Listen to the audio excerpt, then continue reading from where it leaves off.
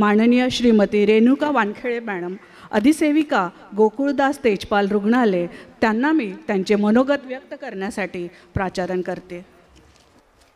सर्वप्रथम आयोजकांचे धन्यवाद म्हणते बोलण्याची संधी दिली त्याबद्दल.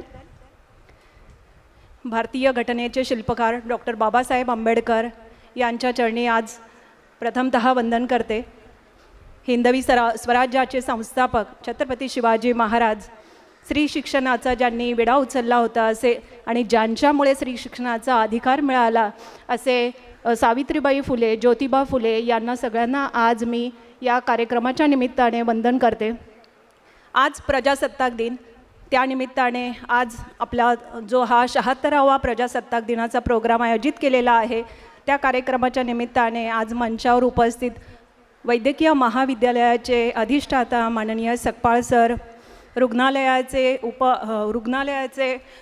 अधीक्षक माननीय तुषार पालवे सर, रुग्णालयाचे अधीक्षक माननीय चिखलकर सर, याचबरोबर उपस्थित इतर सर्व मान्यवर, उपस्थित इतर सर्व कर्मचारी, माझा नर्सिंग प्रवर्ग, नर्सिंग विद्यार्थिनी, वैद्यकीय महाविद्यालयातील प्रथम वर्षाच्या विद्यार्थिनी, या सगळ्यांना यावर्षीच्या या 76व्या प्रजासत्ताक दिनाच्या लाख लाख शुभेच्छा. प्रजासत्ताक दिन म्हणजे काय, तर ज्या दिवशी भारताच्या प्रजेच्या हातात भारताची सत्ता मिळाली तो दिवस म्हणजे प्रजासत्ताक दिन. 15 ऑगस्ट 1947 साली भारताला स्वातंत्र्य मिळाले खरे, परंतु 150 वर्ष गुलामगिरीमध्ये ज्या भारताने घालवले त्या भारताचे पाय खरोखर त्यावेळेला पंगू झाले होते. आणि अशा पंगू झालेल्या भारताच्या पायात हे भारत स्वतंत्रपणे चालविण्याची ताकद त्यावेळेला नव्हती. ही ताकद देण्याची जी एक मोठी कामगिरी होती, ती कामगिरी पेलावली ती आपल्या डॉक्टर बाबासाहेब आंबेडकर यांनी. त्यांनी डॉक्टर राजेंद्र प्रसाद यांच्या अध्यक्षतेखाली मसुदा समिती तयार केली आणि या मसुदा समितीतील सर्व सदस्यांच्या अथक परिश्रमानंतर, मुख्यत्वे डॉक्टर बाबासाहेब आंबेडकर यांच्या रात्रंदिवसाच्या परिश्रमानंतर 2 वर्ष 11 महिने 18 दिवसांच्या परिश्रमानंतर भारताची घटना तयार झाली.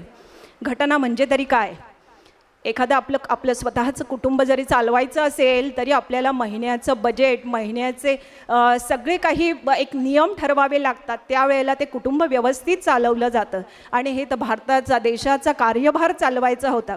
तर असा हा देशाचा कार्यभार चालविण्यासाठी जे संविधान तयार केलं मसुदा समितीने, ते खरोखर खूप मोठं होतं. देश कसा चालवायचा, त्यावेळेची परिस्थिती खरोखर खूप वाईट होती.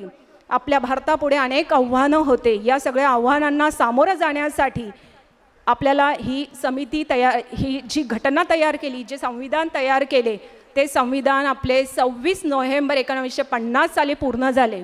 त्यामुळे 26 नोव्हेंबर हा आपण आपला संविधान दिन म्हणून सगळे सेलिब्रेट करतो. आणि त्याच्यानंतर ज्या वेळेला ॲक्च्युअल हे संविधान आपल्या प्रजेच्या हातात सोपवलं, भारतीय नेत्यांच्या हातात सोपवलं आणि एका सार्वभौम भारताच्या राज्यकारभाराची सुरुवात झाली, ती 26 जानेवारी 1950 साली.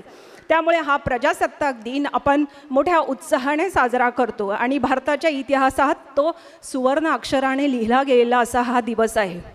यावर्षीचा प्रजासत्ताक दिन खरोखर आपल्या सगळ्यांसाठी म्हणजे गोकुळ आणि GT वासियांसाठी, कामावासियांसाठी खरोखर खूप महत्त्वाचा आहे. कारण यावर्षी रुग्णालयातून महाविद्यालयामध्ये पदार्पण करण्याचे अहोभाग्य आपल्याला मिळालेले आहे आणि त्यामुळे हा दिवस आपल्यासाठी खरोखर खूप महत्त्वाचा आहे. गोकुळदास तेजपाल शेठ यांनी गोरगरिबांच्या सेवेसाठी, गोरगरिबांना मोफत उपचार मिळावे यासाठी या रुग्णालयाची निर्मिती केली. परंतु आज खरोखर ते जिथे असतील तिथे त्यांना आनंद वाटेल, कारण आता फक्त या रुग्णालयात उपचारच मिळणार नाही, तर इथे वेगवेगळ्या प्रकारचे संशोधनही होतील. वेगवेगळ्या अनेक आजारांवर स्पेशालिटी, सुपर स्पेशालिटी डॉक्टरांकडून उपचार मिळवले जातील. त्याचबरोबर आता या वैद्यकीय महाविद्यालयात डॉक्टर्सही तयार होतील. त्यामुळे खरोखर शेठ गोकुळदास तेजपाल यांना खरोखर आपल्या या प्रगतीचा आनंद वाटल्याखेरीज वाटणार नाही.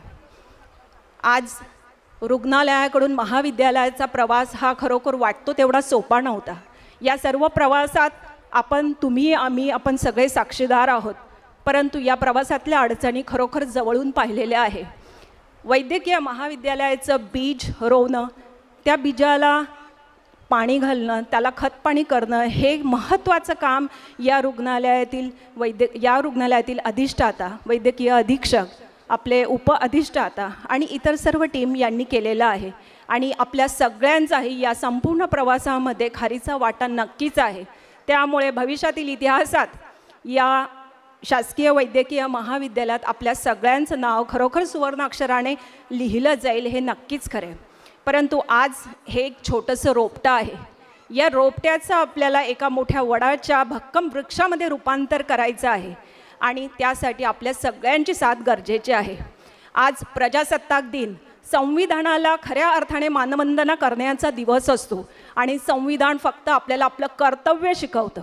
त्यामुळे आजच्या दिवशी आपण सगळ्यांनी संविधानाला खऱ्या अर्थाने जर मानवंदना द्यायची असेल तर एवढंच करूया, फक्त आम्हाला सोपवलेलं कर्तव्य, आम्हाला सोपवलेलं काम, शासनाने दिलेले आम्हाला जे काम दिलेलं आहे ते आम्ही प्रामाणिकपणे करू. आणि ते केलं तर खरोखर संविधानाला आपली मानवंदना तर होणारच, परंतु या वैद्यकीय महाविद्यालयाचे मोठ्या वटवृक्षात रूपांतर व्हायला खरोखर वेळ लागणार नाही.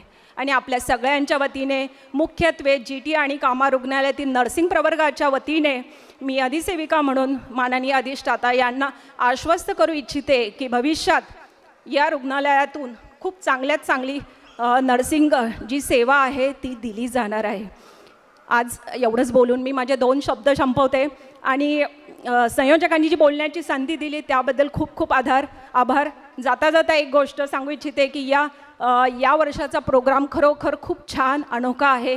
हा संपूर्ण प्रोग्राम अगदी उत्साहाने ज्या सर्व टीमचे मुख्य सूत्रधार, आपले मुख्य प्रशासकीय अधिकारी आणि आपले उत्साही धडाडीचे आपले लाडसाहेब मॅन्युअल पाटोळे यांना सगळ्यांना मी खूप त्यांचे आभार मानू इच्छिते आणि त्यांना शुभेच्छा देऊ इच्छिते.